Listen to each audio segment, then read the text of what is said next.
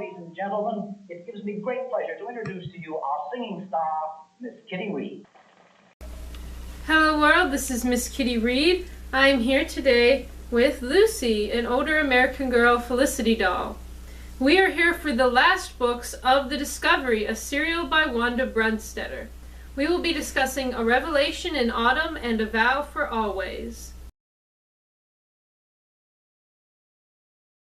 Meredith is in labor. She is in her sister's buggy and there is no one around. Jonah happens upon the buggy and calls 911, but before help arrives, Meredith gives birth to a son named Levi Luke. Jonah waits for the right time to ask to court Meredith, but Luke's mother doesn't like him or the thought of Meredith marrying again. Meanwhile, Luke, still going by Eddie as he does not remember his name, is discharged from the hospital and moves into the home of his nurse, Susan, her sister, a physical therapist, and their grandparents. Luke loves living with the Bailey family, who treat him with so much love and kindness and integrate him into their lives.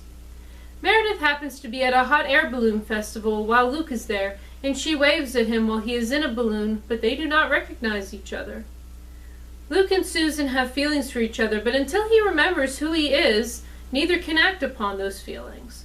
Meredith agrees to be courted by Jonah. Luke's mother is very upset. Luke suddenly remembers his first name. The end. Luke starts to remember pieces of his life, but progress is slow, which frustrates him. Susan is afraid Luke will remember he is in a relationship. After talking with Jonah, Luke's mother accepts Jonah and Meredith's relationship. Meredith's sister marries her Mennonite boyfriend. Jonah proposes to Meredith, but she tells him she needs time to consider. She thinks marrying Jonah is the obvious choice, so why does she feel some apprehension?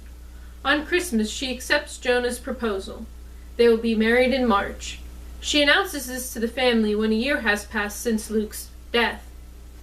3 days before Jonah and Meredith's wedding, Luke sees a doll made by Meredith's sister that Susan bought at a farmer's market. He remembers he is Amish, and soon remembers his last name and that Meredith is his wife. He knows he lives in Lancaster County, but does not remember his address until the day before Meredith's wedding. Susan and her grandparents drive him home late in the evening. When he arrives, he finds that an English couple has been renting the house from Meredith, and he goes to his parents' house. They are shocked and beyond happy that their son has returned. Susan takes him to Meredith's parents' house, and they are reunited. Meredith faints when she sees Luke, but when she wakes up, they love each other even more than before Luke left on his bus trip a year ago. Luke gets to meet his son Levi for the first time. However, Meredith explains that she is supposed to get married in the morning, and they go over to Jonah's house and explain what happened. Jonah, though crushed, accepts it and recognizes that Luke once saved him from drowning when they were boys. 6 months later, Susan and Jonah have found potential romance within their respective communities, and Meredith and Luke are living out their second chance of happiness together with Levi. The end. As a whole, I enjoyed this story. I certainly haven't read anything like this in the Amish genre before.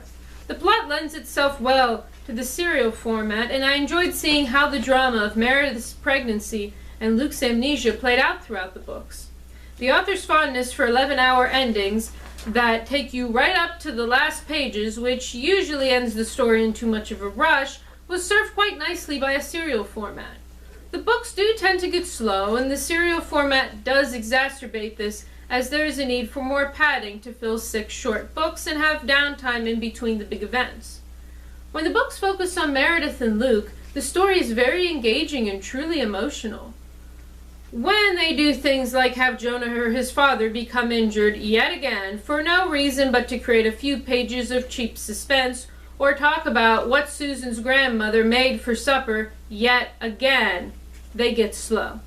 They get boring. They bog down the savory core storyline with junk food. Despite my problems with it, I give The Discovery a 5 out of 7. If you read it for Meredith and Luke, you will not be disappointed, and even the slow parts can't make the story a total loss. Some time ago, I discussed The Parting by Beverly Lewis, the first book of the Courtship of Nellie Fisher series. I have regretted not coming back to that series, here on Amish Book Club. To remedy this, our next book will be The Forbidden by Beverly Lewis. Please check with your local library to see if they have it on the shelves. If not, I am sure they will be happy to get it for you through interlibrary loan. Watch the video I did on the parting, linked in the video description below, to refresh your memory on what has already happened in this series. This has been Amish Book Club with Miss Kitty Reed. This is Miss Kitty Reed and Lucy signing off. See you later on Amish Book Club.